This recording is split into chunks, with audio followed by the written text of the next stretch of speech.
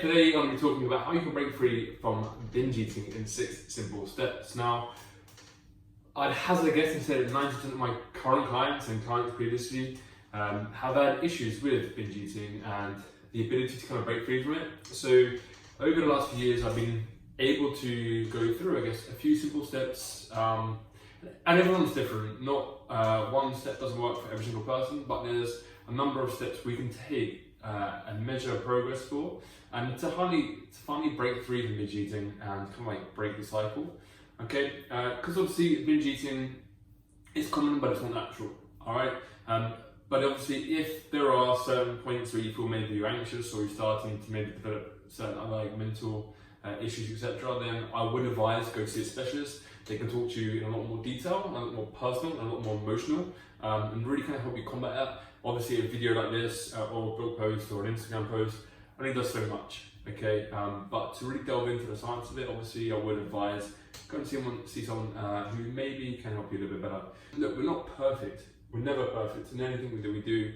Even though we try and strive for it, whatever it may be, whether it work, relationships, family, etc. Things happen, etc. So don't demonize it. Nothing's wrong with you. Nothing's broken. You don't need to be fixed in any way. Okay, but we can just work on it, and that's what we can. It's small, simple steps over a long period of time can help break through the cycle and help kind of like combat that binge eating that you have.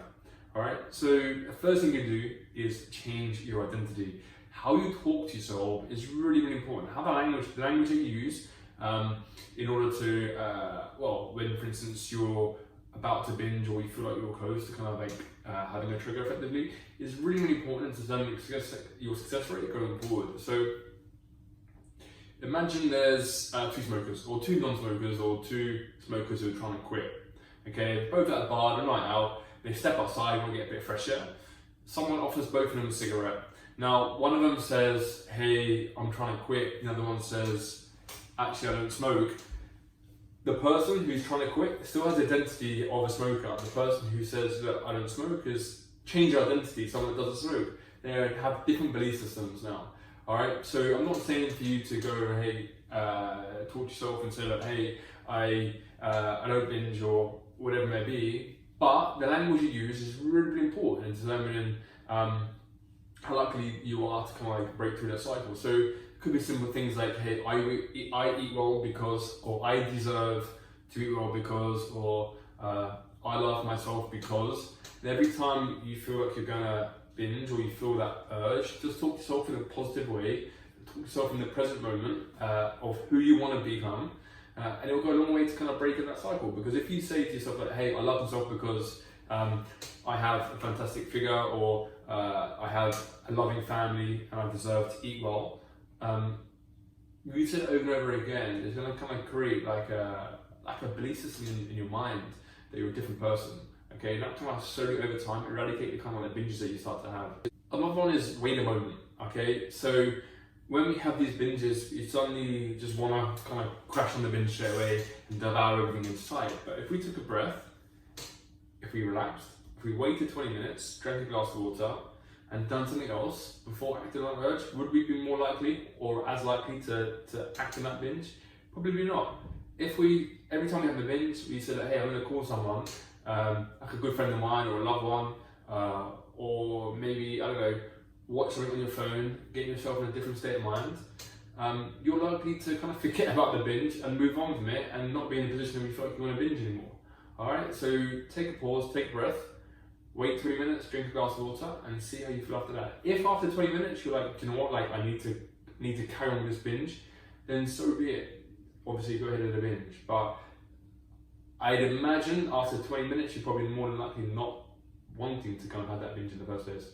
When you go out shopping, make sure that you go out shopping and you're not absolutely ravenous. Okay, when we shop, it's really, really important to kind of go through the aisles first, which are like the fruits, the veg, the meats, etc., and stock it up then.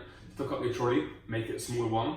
Yeah, because the less likely, or the more packed your trolley is, the smaller it is, the less likely we're able to, or the less able we are to put other food on top of it. So if you go to the aisles at the end, which is like, I don't know, the crisps or the cookies or your trigger foods, whatever it may be, and there's no space in the trolley, what are you going to do? You can't stock up on them. Alright? And also, like, when you do go shopping, either you can perhaps get someone else to go shopping for you. You can go online and buy it online, but you don't want to buy those foods. If you buy the foods that are in your house, if they're in your house, it's easier to act on your instincts and act on that binge. If you're able to remove it and create a barrier, so for instance they're not there, all right, it just acts as another barrier, acts as another pattern interrupt for you actually acting on that binge. So, for instance, one of my clients loves eating ice cream and chocolate, dairy milks, but she doesn't have them at home. She has to drive or walk 15 minutes or drive 5 minutes to the shop to go and get one and then bring it back. And by that point, like she really can't be bothered. She's like, it's too much effort to go out. We're generally pretty lazy people. And if it's too much effort to go out and get something, we're probably more than likely not do it. Take control back is the next step. So right now, perhaps your relationship with your trigger food isn't great, and we need to kind of like just stop that relationship as it is right now, and we can just go back to it in a better state of mind. So what I suggest is just taking that food away from you, like I just said previously with the shopping. Take the food away from you for like 21 to 30 days, and just not have it in your diet. Just be strict with yourself and just say that, hey, do you know what? This is it, I'm not having it. Just a short-term goal of 21 to 30 days. The reason why we do that is when we reintroduce the food, we want to reintroduce it into an environment, we're going to win, okay? Because at the moment, obviously, the other food always wins, always beats us, whether it's ice cream or cookies or crisps or cake, etc. If we pop, we can't stop. Yeah, so if you feel like that and that food is taken over, then we just want to go back into a situation where we can win. So we're going to take it away for 21 to 30 days. When we reintroduce it slowly. It may be, for instance, on a long walk, and there's only one shop on the way, and it's probably halfway, well, it's half in your walk. It's kind of like walk in a big circle. And yeah, if it's, for instance, I don't know, a massive bag of Doritos, or a dairy milk bar, or an ice cream, for instance, like if you're going for a walk and you're going with a group of friends, if you're going for an ice cream, you can't grab 12 ice creams and eat all 12. You have one cone, you got kind of two, one will melt, so you only have one. So in that instance, when you're going for a long walk, you're being positive, you're being active, you're burning calories, getting some fresh air in. Half a day, you grab one ice cream, you bring it back, and you eat it. And you won that situation because you've only had one. You've limited yourself to the amount that you can control. All right, so you won that situation. If, for instance, you want to go out and maybe alcohol is your weakness, your Achilles heel, then go out with someone who doesn't drink. Go out with someone perhaps that has never drunk or doesn't drink very heavy. You can drive, take a short amount of change with you, maybe £10, so you don't have enough for a taxi. And you have enough for one drink. You don't have really any more than that. So that's a situation where you can win. You have one drink, you don't have much change left, and you have to drive home. So you've won that situation. If we constantly repeat situations where we're going to win, we're going to gain more confidence. The more confidence we have, the more control we get over that food. And over a period of time, we can start to reduce the kind of barriers that we have with that food and start to let the reins go a little bit into an environment where maybe we're not as comfortable as the first time we introduce the foods. So after maybe, I don't know, another 21 to 30 days when you've reintroduced the food slowly, it may be a case of letting go and go back to normal. And you may find then after that 2-month period that you're actually okay and that kind of food has been reinstated into your day-to-day life, but in a different environment, a different state of mind than in a situation that you can control. One big thing is don't be so restrictive, okay? Always find that when people have such low calories and so restrictive in their diet, they feel the need to splurge and splash out on foods because they're eating such low calories, and they just feel that need to kind of like to grab all the food and eat it. So one thing, look, if for instance, like I said, like cookies or crisps, etc., are real vice in your day-to-day life, then perhaps what you can do, okay, is put them into a situation, put them into a diet, put into your lifestyle, and afford those calories. So if, for instance, cookies and crisps, etc., maybe you have 1,800 calories a day, but you allow 200 calories of that towards cookies or crisps or a bar of chocolate or ice cream, it's manageable. You just have it in a day-to-day life. You can have it every day if you want to, because it's still within your caloric intake. The rest of the 1,600 calories are perfectly healthy, super clean, super tidy. In that way, you're not missing the foods. The foods are there. So there's no need to kind of like feel restrictive and to the point where you can't actually act out on that food. Lastly, identify triggers as well.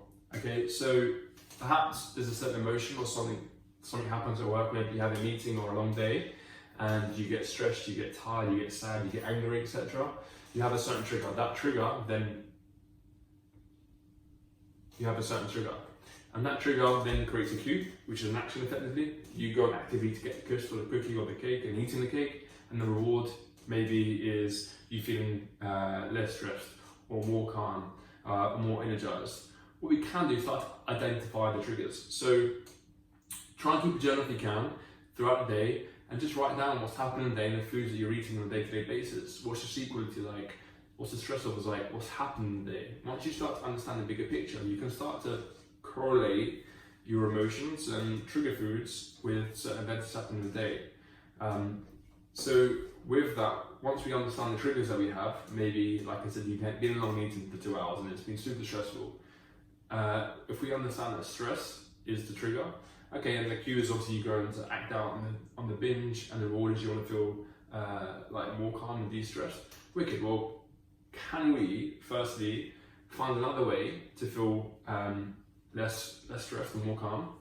It doesn't have to be eating. It could be reading a book. It could be going to exercise. It could be getting a punch bag and, I don't know, hammering a punch bag for 20 minutes. It could be doing a workout. It could be chatting to a friend. It could be watching TV. It could be yoga. It could be meditation. Something so simple, okay? Because that way you've still had the reward of, like, you're not acting on the binge, but you still have the reward. Like, you still are de-stressed. You still are more calm, etc. So once we understand the trigger and what that's causing, we can then start to change the actual action that we have to still go in line with our rewards. But above all the ideas, they are just ideas. They're not perfect for every single person. We are all different at the end of the day. So what may work for you may not work for someone else, okay? But at the end of the day, if you did find this video helpful in some way, shape or form, I would love it if you just hit the link below, hit the like button, share it with a friend, maybe comment as well. Even if there are other tips that you did find that you've used that aren't on this video, please send it below because it'd be interesting to see, because at the end of the day, if there are things that I haven't used before, they're really to help my clients as well. They can help other people out there that maybe are suffering from a little bit of binge eating. All right, take it easy.